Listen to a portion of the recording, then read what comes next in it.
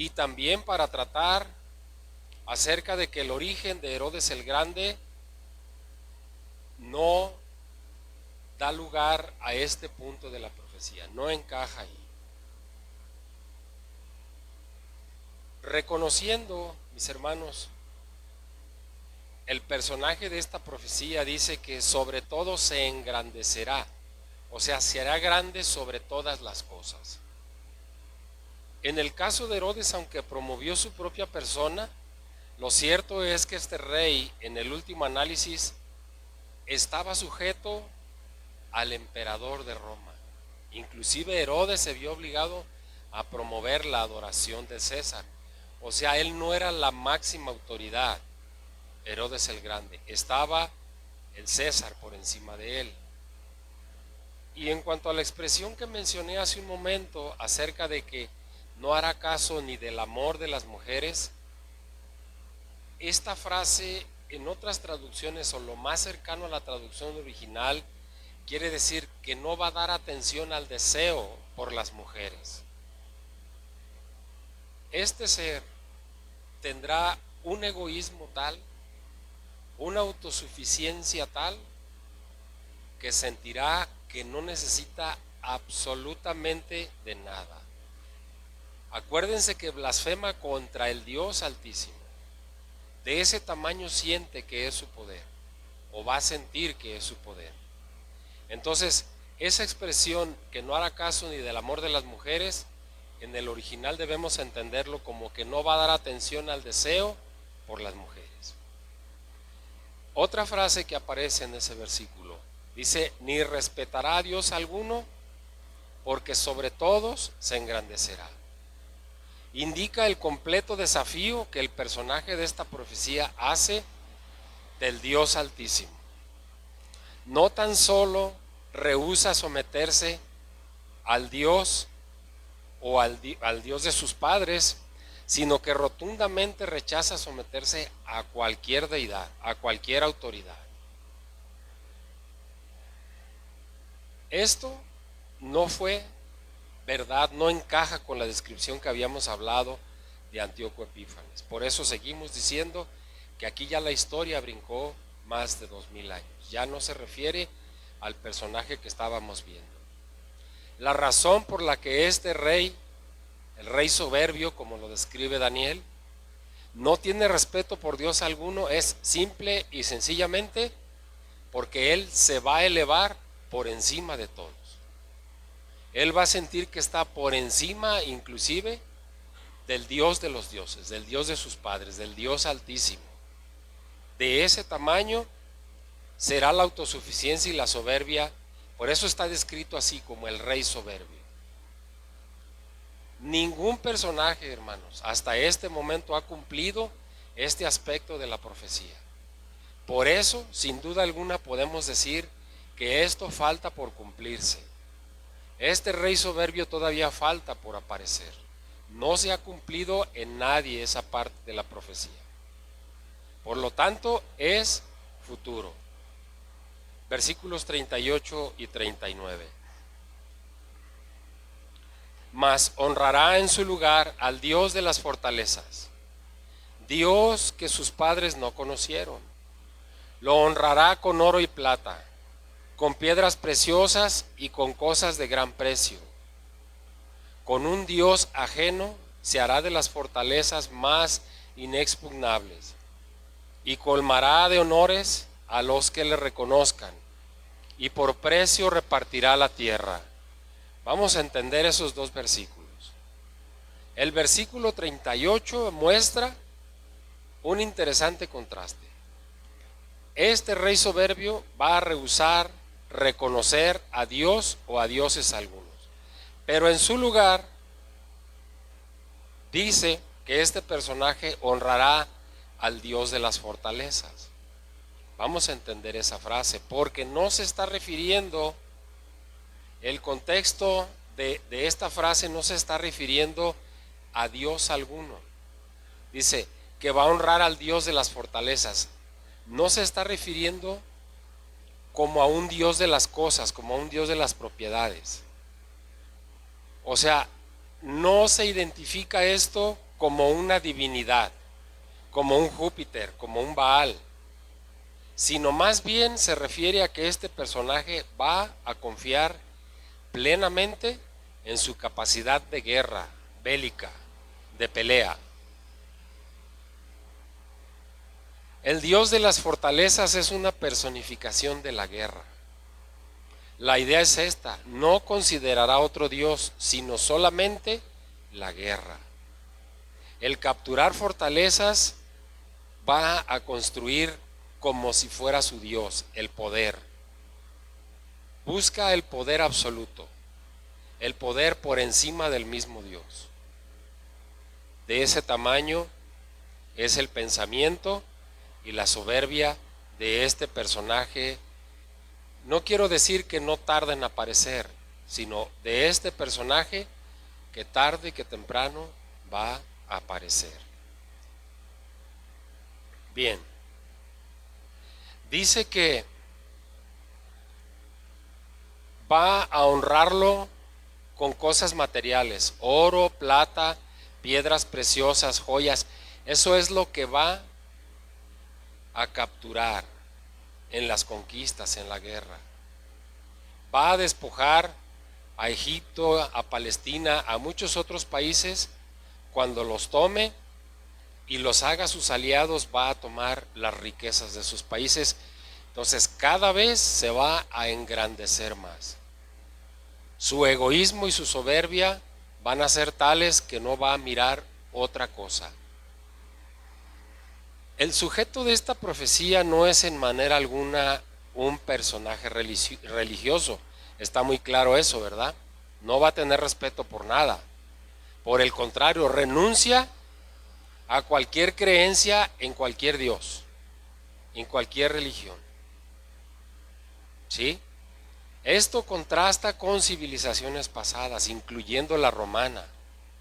En esa cultura romana era popular consultar a dioses por medio de rituales que ellos hacían para ir a la guerra. ¿Se acuerdan que consultaban a los dioses para ir a la guerra? Entonces el personaje descrito en esta profecía se cree tan autosuficiente, tan seguro de la eficacia de su poder bélico, de su poder de guerra, que considera o va a considerar absurdo invocar la ayuda de Dios, del Dios Altísimo y de cualquiera de los dioses que se crea que existe. Por eso dice que no va a respetar ni va a hacer caso de ningún Dios. ¿Sí? Es evidente, mis hermanos, que esta revelación proviene de un análisis que nos ayuda a entender cómo el materialismo, el militarismo, la religión, todo va a ser o sea, la falta de una religión, todo eso va a ser encarnado en este dictador final, porque esa es su misión. Va a ser total y absolutamente un dictador. ¿Qué es un dictador? Alguien que concentra, o una dictadura es que se concentra todo el poder en una sola persona. ¿Sí? Bien. Haciendo un pequeño resumen de esto, este personaje descrito en la profecía de Daniel, versículos 36 al 39, espera aún su cumplimiento. Aunque a través de la historia haya habido personajes que de alguna forma se han asemejado de cierta manera en el carácter y la actividad de este rey soberbio, porque hubo muchos reyes soberbios, ahí simplemente cuando empezamos a ver a Nabucodonosor, ¿verdad? ¿De qué tamaño era la soberbia de él? Desafió al mismo Dios también. Pero no encajan, esos reyes con esa soberbia no encajan todavía con lo que va a ser este personaje. Entonces ninguno de los anteriores ha cumplido con todos los detalles de esta profecía. Esta es una opinión generalizada en grandes teólogos. La profecía es aún futura. No ha habido nadie que cumpla hasta este momento con esas características. Ahora vamos a ver la consumación de la ira sobre este rey soberbio. A partir del versículo 40 y hasta el final, que es el 45, vamos a estar viendo la consumación de la ira sobre este rey soberbio. Versículos 40 y 41. Pero al cabo del tiempo, el rey del sur contenderá con él, y el rey del norte se levantará contra él como una tempestad, con carros y gente de a caballo, y muchas naves, y entrará por las tierras e inundará y pasará. Entrará a la tierra gloriosa, y muchas provincias caerán, mas éstas escaparán de su mano: Edom, Moab y la mayoría de los hijos de Amón. Nos está hablando, mis hermanos, de algo que como que ya está familiarizado en nuestra mente. Esos reyes del sur y el rey del norte, ¿verdad? Ahorita vamos a ver a qué corresponde esto. Dice que entrará a la tierra gloriosa. Quiero que entendamos esto. La tierra gloriosa, ¿alguien tiene una idea qué es esa tierra gloriosa? Jerusalén. Entonces va a entrar a mismo Jerusalén. Hay escritores que están en lo correcto cuando dicen que esta situación atañe y afecta directamente al pueblo judío. Está hablando de la tierra gloriosa, ¿sí? La tierra gloriosa se refiere a la tierra prometida por Dios a Abraham y a su descendencia. El libro del Génesis nos dice que Jehová le dijo a Abraham, después que se apartó de Lot, le dijo: alza ahora tus ojos y mira desde el lugar donde estás hacia el norte y hacia el sur, y al oriente y al occidente, porque toda la tierra que ves la daré a ti y a tu descendencia para siempre. Esa es la tierra gloriosa.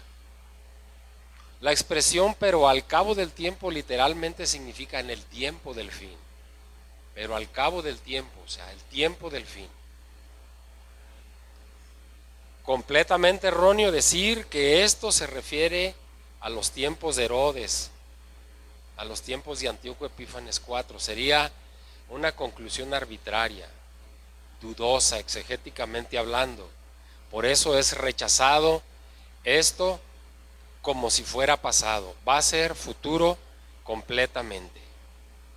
El versículo 40 menciona tres personajes. Primero dice que el rey del sur, y luego dice el rey del norte y el rey soberbio. El rey soberbio o el anticristo. La actividad de estos personajes tiene relación directa con la situación futura de la nación de Israel.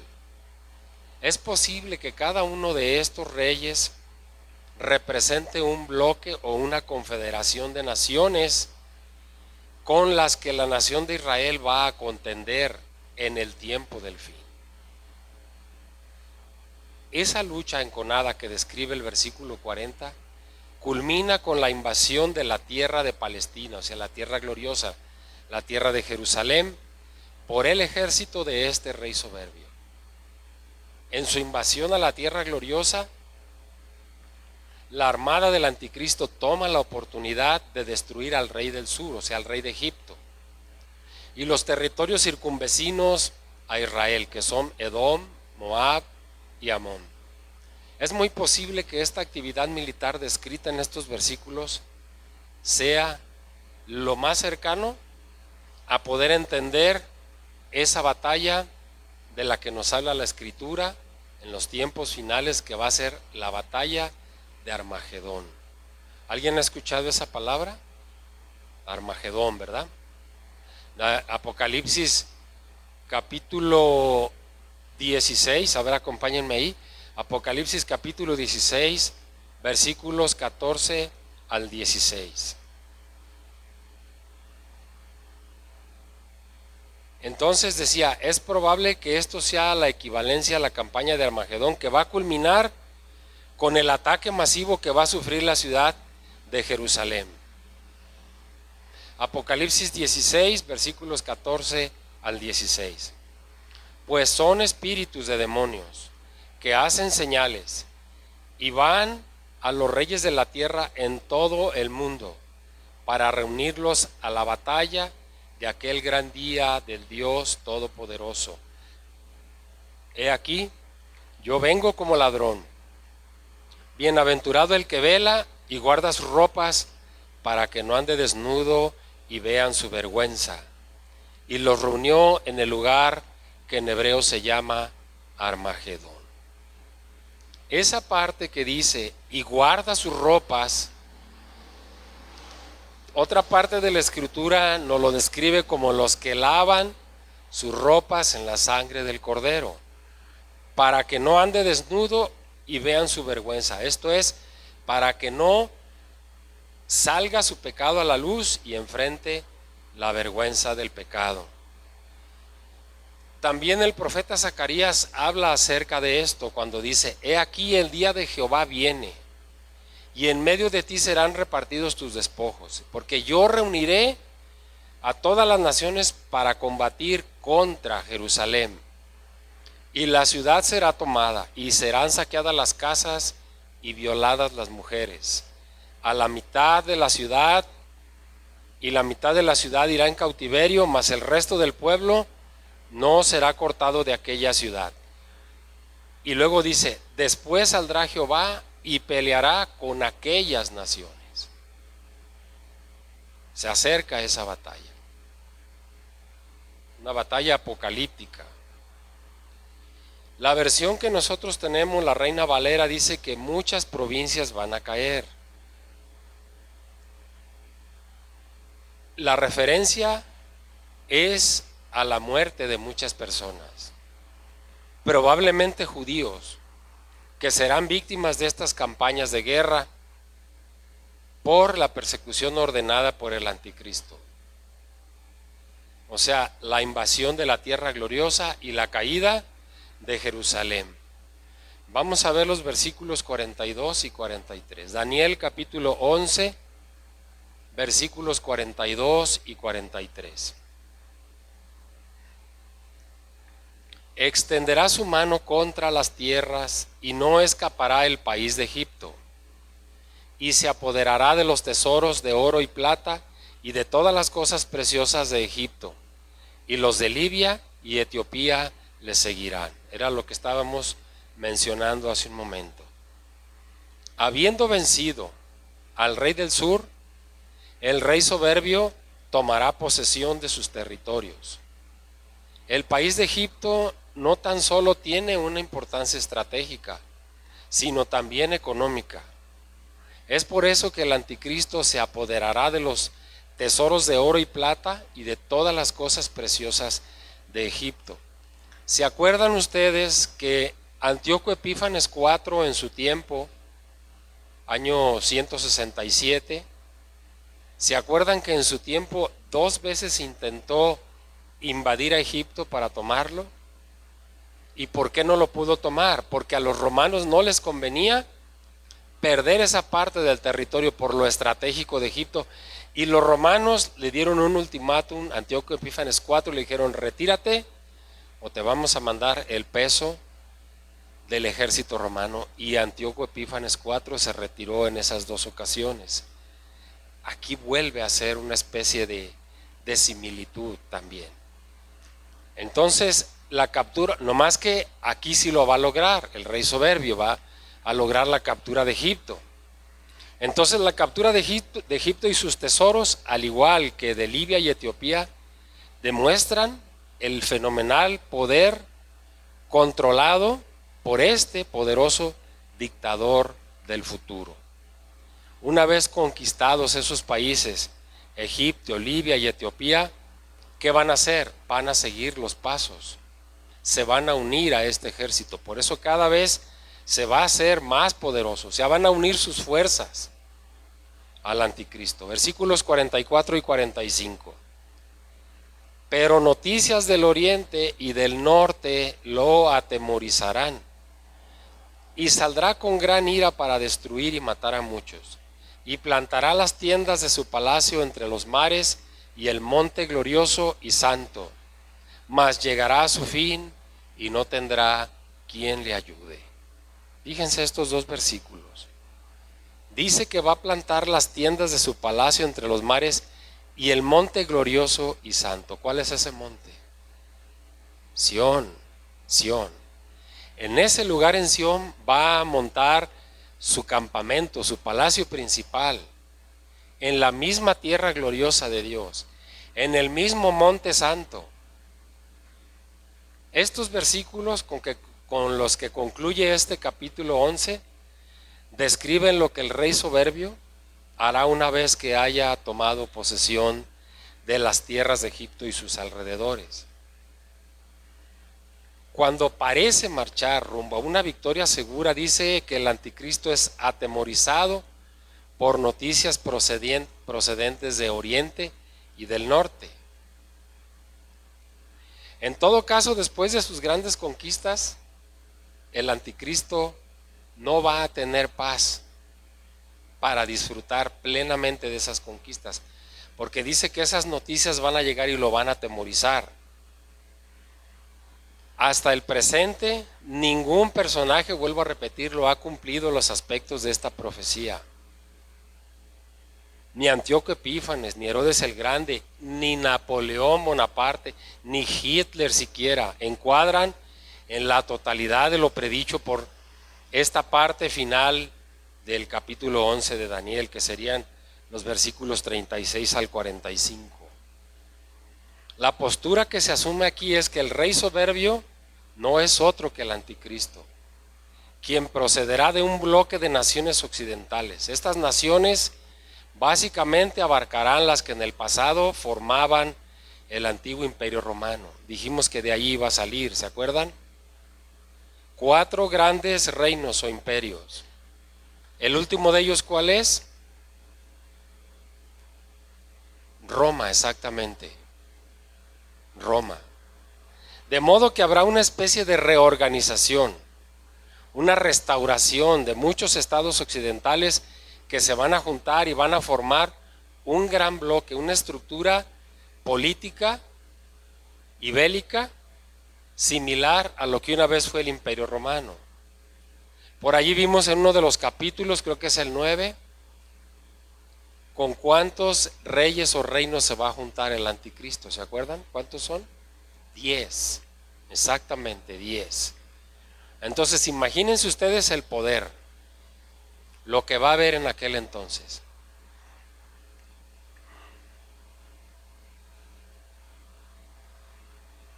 Por la profecía de Ezequiel sabemos que habrá una gran confederación, que se conocerá como la Confederación del Norte y que estará bajo el liderazgo de alguien que va a surgir de la tierra de Magog, es decir, de Rusia. El Magog antiguo es lo que es ahora Rusia. Aliados con Rusia estarán Irán, que en el antiguo tiempo era Persia, estados árabes, Alemania y otros pueblos asiáticos se van a unir a esta confederación. A la luz de los acontecimientos que han estado ocurriendo en Europa, en el Oriente Medio, incluyendo a Irán y a Irak, lo que ha comenzado a llamarse como algo así que llaman como la globalización, la crisis en Rusia, acuérdense que está en guerra con Ucrania. Entonces el análisis hecho por grandes teólogos dicen que aún falta por descubrirse mucha parte todavía de lo que es esta profecía, y que es muy importante que interpretemos nosotros los acontecimientos que están sucediendo a la luz de la Escritura de Dios y no al contrario, ¿sí? O sea, no la Biblia a la luz de la historia, sino la historia a la luz de la Biblia. Así es como debemos interpretar eso. Se menciona también un tercer bloque o confederación de naciones en el versículo 44, donde dice que el rey soberbio es atemorizado por noticias del oriente. Esto sin duda alguna concuerda con Apocalipsis 16:12 dice que el sexto ángel derramó su copa sobre el gran río Éufrates, y el agua de éste se secó para que estuviese preparado el camino para los reyes del oriente. Fíjense qué cosa, secar ese gran río para que pueda pasar ese tremendo ejército que nos dice aquí el versículo 44, ¿sí?, acerca de los reyes del oriente. Esto nos dice que por una intervención divina el río Éufrates va a ser secado, no puede ser de otra manera. ¿Quién tiene el poder y la autoridad para secarlo, verdad? En el contexto de Apocalipsis 16, cuando leímos hace un momento que los reunió en el lugar que en hebreo se llama Armagedón, habla de la gran confrontación bélica de esos últimos tiempos. Es propio concluir que la frase los reyes del oriente está directamente relacionada con eso que dice las noticias del oriente, que van a llegar noticias del oriente. Está refiriendo eso a los reyes del oriente, que de una manera traumática atemorizan al anticristo, de modo que la Confederación de Naciones Asiáticas va a constituir una de las más formidables fuerzas. En cuanto a la confederación o bloque encabezado por el rey del sur, de la que nos habla el versículo 40, se ha sugerido que se refiere a Egipto. Generalmente en la Biblia la tierra del sur de Palestina es identificada como Egipto, son vecinos. La nación de Egipto, como ya se ha mencionado, será invadida y saqueada por las fuerzas del anticristo. Un gran teólogo hace un planteamiento. Dice que al estudiar la alineación de las naciones gentiles para el tiempo del período de la tribulación, se encontrará que va a haber 4 grandes cosas. Número 1, una federación de 10 reinos de naciones que llegará a ser la forma final del 4.º reino, o sea, el Imperio Romano, bajo el liderazgo de la bestia, bajo el liderazgo de este ser malvado que conocemos como el anticristo. Número 2, dice que va a haber una confederación del norte, o sea, Rusia y sus aliados, y una confederación del este, los asiáticos, y una potencia africana del sur. Los movimientos de estas 4 potencias aliadas contra Palestina en el período de la gran tribulación están claramente expresadas en las Escrituras. Esto es lo que constituye prácticamente el tema principal del libro de Daniel, la profecía final. ¿Cuántas semanas dijimos que eran? 70. Hasta la muerte de nuestro Señor Jesucristo, ¿cuántas semanas transcurrieron ahí? Primero 7 y luego 62, ¿correcto? 69 semanas. Entonces la última semana falta por cumplirse, es aún futura. No tenemos la fecha, cuándo va a ser esa última semana. Eso nos queda clarísimo. Miren, en esta semana prácticamente por allí del miércoles y el día de ayer escuché 2 cosas. Una persona que milita en otra iglesia de repente señala que un pastor con el que ella está teniendo estudios muy profundos teológicamente hablando, le revela que Jesús viene en octubre, en este mes. ¿Puede creer eso? Y acabo de ver un artículo en internet en donde habla, es un asiático, la persona que está considerada como el hombre más inteligente y más sabio del mundo en este momento, dice que muy probablemente esta generación va a ver la segunda venida de Cristo. Según él predice que antes del año 65 Cristo va a volver. Es muy respetable por lo que piensen, pero acuérdense lo que acabo de mencionar. Nosotros tenemos que interpretar los acontecimientos de allá afuera a la luz de la Escritura. La Escritura nos dice que primero, antes de que venga ese gran día, primero van a suceder cosas. Algunas ya están sucediendo, algunas señales ya las vemos. Pero es muy claro Lucas 24 cuando dice que hasta que los tiempos de los gentiles se cumplan.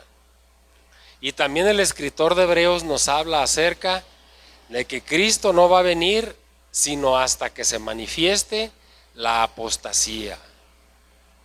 Ya hemos visto casos. En este momento, en este tiempo en el mundo, vemos casos de apostasía. Pero no son señales para que alguien pueda predecir y decir, en tal fecha va a llegar. Seamos cuidadosos con eso, porque muchas de las veces lo único que ocasiona eso, cuando no hay una fe bien fundada, cuando no hay una confianza y un conocimiento bien fundado, muchas de las veces eso lo único que hace es producir temor en las personas. ¿Sí? Bien. Esta oración que dice en Ezequiel, saldrá con gran ira para destruir y matar a muchos, es muy enfática. Gran ira y destruir no significa otra cosa más que matar a muchos, aniquilar a muchos. Estas noticias y la resultante reacción alcanzarán al anticristo. Como señalan los teólogos, dice que cuando uno está en Egipto es allí donde se lanza para destruir y aniquilar a sus enemigos. Pero llegan esas noticias del oriente, el Señor le muestra su voluntad a este rey soberbio y separa las aguas del gran río Éufrates para que pase ese ejército que viene a ayudar a Palestina, como lo describe como los reyes del oriente. Por eso dice que vendrán noticias del oriente. Versículo 45 dice, y plantará las tiendas de su palacio entre los mares y el monte glorioso y santo, mas llegará a su fin y no tendrá quien le ayude. Este versículo sugiere que el rey soberbio irá personalmente al frente del ejército invasor. Esa frase, y plantará las tiendas de su palacio, no significa otra cosa que va a establecer su cuartel general en ese lugar que según la profecía dice que se encuentra entre los mares y el monte santo. Esta última expresión es interpretada como una referencia al Mediterráneo, al Mar Muerto y a la ciudad de Jerusalén. Es entonces, según la profecía de Zacarías 14, que la ciudad de Jerusalén va a ser destruida. Debe notarse que esa destrucción de Jerusalén coincide con la segunda venida de Cristo. Vamos a ver esa profecía que está en Zacarías 14, versículos 3 y 4.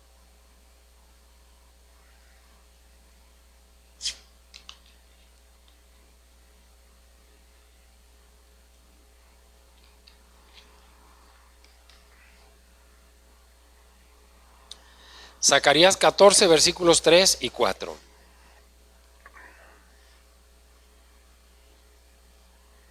Después saldrá Jehová y peleará con aquellas naciones, como peleó en el día de la batalla, y se afirmarán sus pies en aquel día sobre el monte de los olivos, que está enfrente de Jerusalén y al oriente. Y el monte de los olivos se partirá por en medio, hacia el oriente y hacia el occidente, haciendo un valle muy grande, y la mitad del monte se apartará hacia el norte y la otra mitad hacia el sur. Esta profecía, mis hermanos, nos está hablando de la gran batalla de Armagedón. El monte santo se va a partir en dos. ¿Han escuchado hablar? Seguramente que sí, en la escritura, de la palabra Megiddo o Megiddo. Bien, ese precisamente cuando se abra, cuando se parta el monte de los olivos, donde se va a desarrollar la batalla de Armagedón, será ahí. Eso es lo que la Escritura describe como el valle de Megiddo o Megiddo. Bueno, la profecía culmina con la afirmación de que dice, mas llegará a su fin y no tendrá quien lo ayude.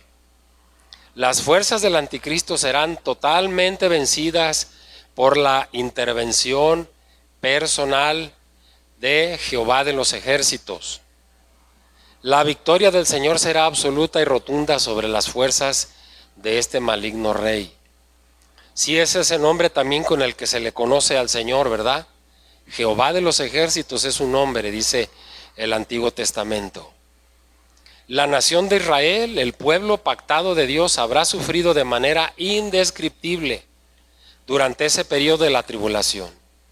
Los rebeldes van a ser purgados, van a ser perfeccionados, y el remanente fiel dará la bienvenida al Mesías que va a regresar en gloria.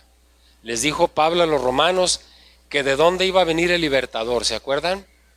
Dice, vendrá de Sión el libertador. Está hablando de Jesús, del Mesías. Fíjense en algo que hemos hablado. Dice que el pueblo de Dios, el pueblo de Israel va a sufrir de una manera indescriptible durante el periodo de la tribulación. ¿Cuánto va a durar el periodo de la gran tribulación? ¿Cuánto? 3 años y medio. La última semana son 7 días, son 7 días de años. Primero, en el primer periodo viene el rapto de la iglesia. Y después del rapto de la iglesia viene la gran tribulación. Después de la gran tribulación, Dios establece su reino terrenal. ¿Por cuántos años? Por 1000 años. Y después del reino milenial de Cristo va a venir el reino eterno. ¿Cuándo? No lo sabemos. Pero es palabra de Dios. Y si es palabra de Dios, nosotros, como hijos suyos, podemos tener la certeza de que se va a cumplir. Lo dijo en Isaías, la palabra que sale de mi boca no volverá a mí vacía, sino que hará todo aquello para lo que la envié. Tenemos la certeza de que esto se va a cumplir. ¿Dónde queremos estar nosotros, mis hermanos? ¿En el rapto de la iglesia o queremos pasar por la gran tribulación? Por eso tenemos que esforzarnos, hermanos. Por eso tenemos que hacer nuestro el evangelio. Para que Dios tenga misericordia de nosotros y nos lleve con Él a su reino antes de sufrir aquello que va a ser la gran tribulación. ¿Qué vimos bíblicamente hablando? ¿Qué vimos entre esas cosas tremendas que van a sufrir en la gran tribulación? Quienes estén ahí. ¿Se acuerdan de algo que va a suceder ahí? ¿Hambre? ¿Pestilencia? ¿A qué grado va a llegar el hambre en ese tiempo?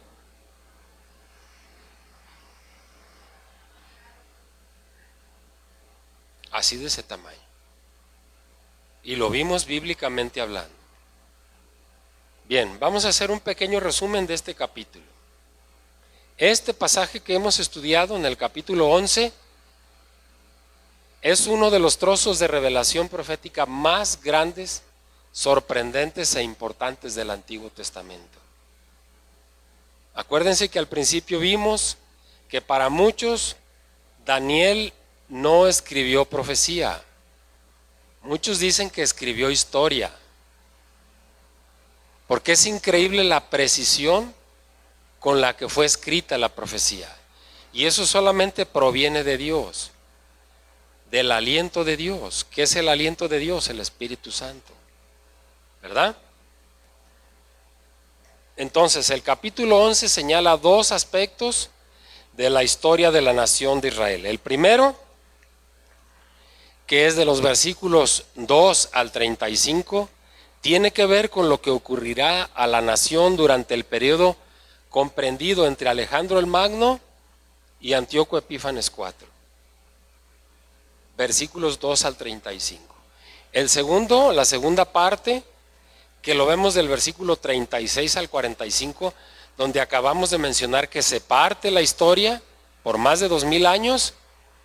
Bueno, esa segunda parte contempla la aparición en el escenario de la historia del anticristo, a quien Daniel identifica como el rey soberbio. Dicho personaje va a invadir Jerusalén y va a perseguir a todo aquel que rehúse someterse a su voluntad.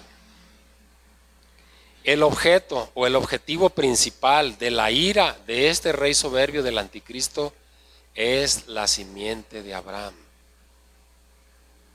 No solo va a fijar su cuartel general en Jerusalén, sino que también va a demandar una adoración total y absoluta de su persona. Y quien no lo haga, ¿qué le va a pasar? ¿Qué le pasó? ¿Qué pasó en el tiempo de Nabucodonosor? ¿Se acuerdan? Algo muy similar también. ¿Por qué fueron echados esos hombres, Sadrach, Mesach y Abednego? ¿Por qué fueron echados? Porque no lo adoraban, porque se postraban. Daniel se postraba ante el Dios de los dioses, ¿verdad? ¿Vieron el estoicismo con el que Daniel caminó? Un gran hombre de Dios, ¿no? ¿Cuántos años dijimos que tenía Daniel para este entonces de la historia? Muy cerca de los 90, 87, 88 años. ¿De dónde sacamos esa cuenta? Cuando Daniel fue llevado cautivo junto con Jerusalén, era un adolescente, era un joven de 14 o 16 años. ¿Y cuánto duró el cautiverio en Babilonia? 70 años. Entonces 70 más 16 años que tuviera, 86 años. ¿Alguna vez flaqueó este hombre ante las pruebas que tuvo? Un gran hombre de Dios. Mucho para aprender de este hombre. Vamos a iniciar el capítulo 12. Déjenme decirles que me gozo mucho de ver y saber lo que hemos aprendido de este libro. Ha sido un gran esfuerzo de todos y lo agradezco primeramente de Dios, porque Él es el que pone el querer y el hacer, y es el que ha puesto en ustedes el querer y el hacer, el aprender. Me gozo mucho por eso. Vamos a iniciar con el capítulo 12, es el último capítulo del libro. Nos falta muy poco para terminarlo, probablemente 3 semanas vamos a terminar. Primeramente Dios. Ahora vamos a ver la nación de Israel y el tiempo del fin. Esto lo vamos a ver en todo el capítulo 12. El pueblo de Israel ha sufrido 3 grandes cautiverios. El primero de ellos fue en Egipto. Vamos ahí a Génesis 15, versículos 13 al 16.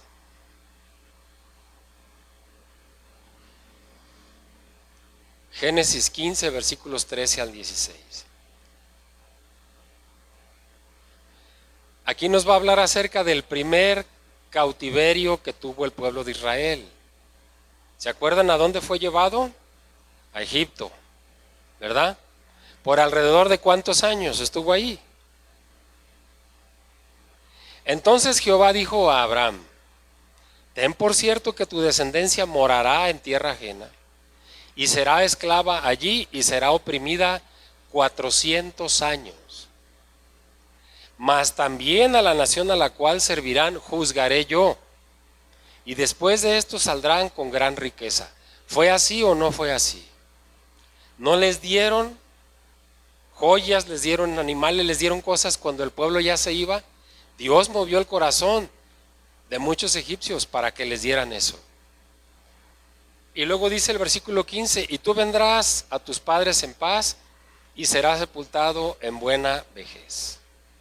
Y en la 4ª generación volverán acá, porque aún no ha llegado a su colmo la maldad del amorreo hasta aquí. Entonces esto duró 4 siglos, 400 años. La segunda gran dispersión que tuvo el pueblo de Israel fue lo que vimos muy a fondo, de manera muy precisa, en este libro de Daniel, ¿sí? Que fue la invasión o la captura de Nabucodonosor hacia Israel. Y ahorita acabamos de mencionar cuánto tiempo duró ese cautiverio: 70 años. El primero duró 400 años, el segundo duró 70 años, ¿verdad? Y por último, en el año 70 después de Cristo, ¿se acuerdan qué acontecimiento grande sucedió en el año 70 después de Cristo? ¿Qué fue destruido?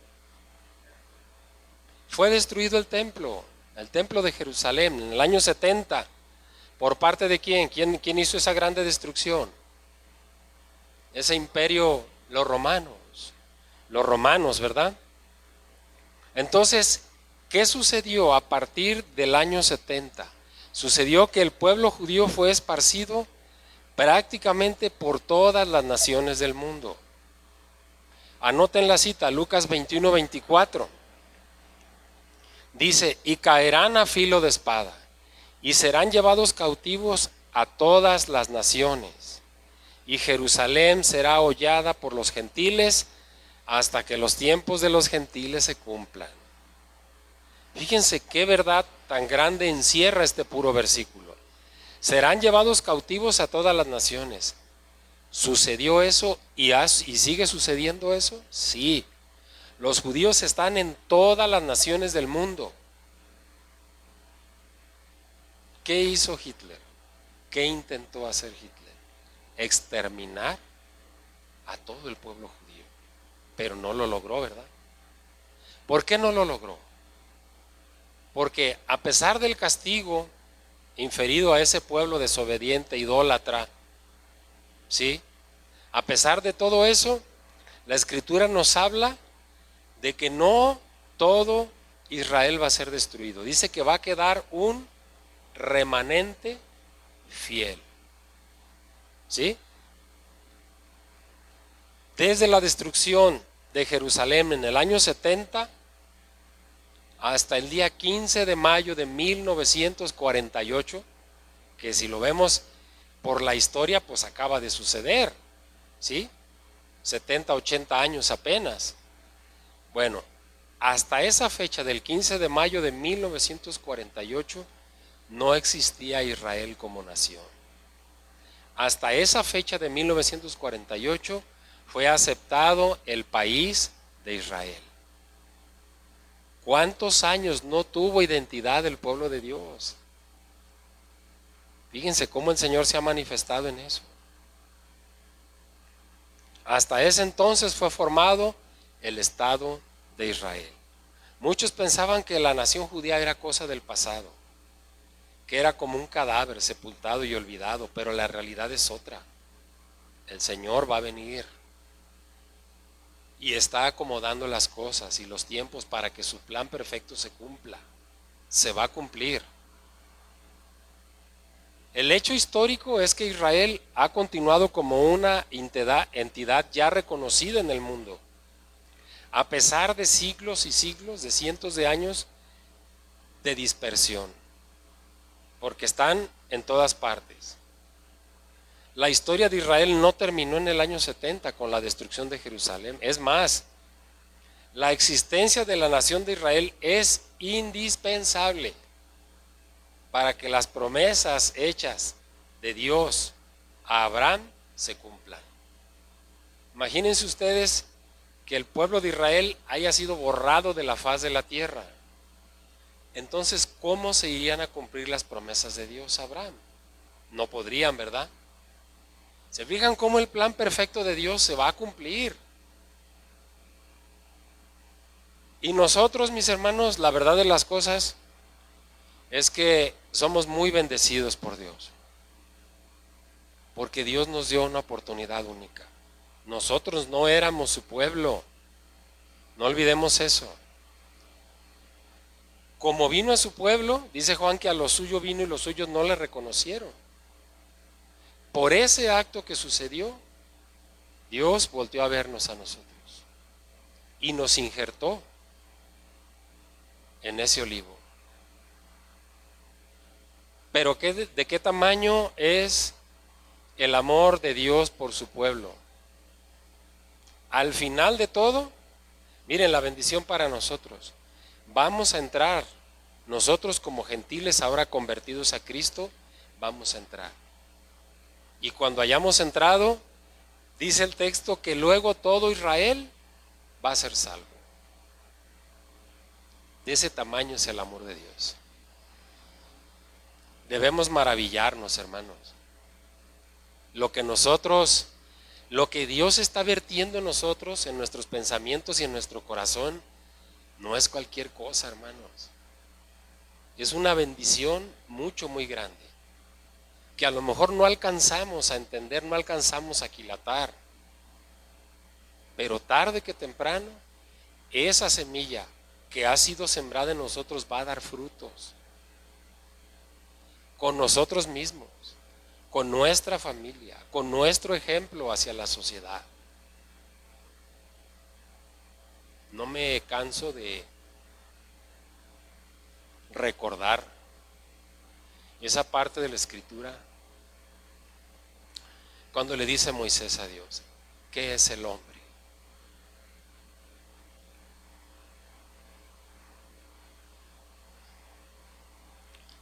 Hermanos, me siento conmovido.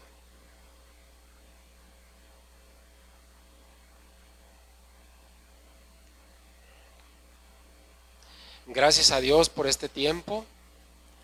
Me siento muy conmovido porque de alguna manera Dios me ha usado. Yo mucho tiempo se lo pedí.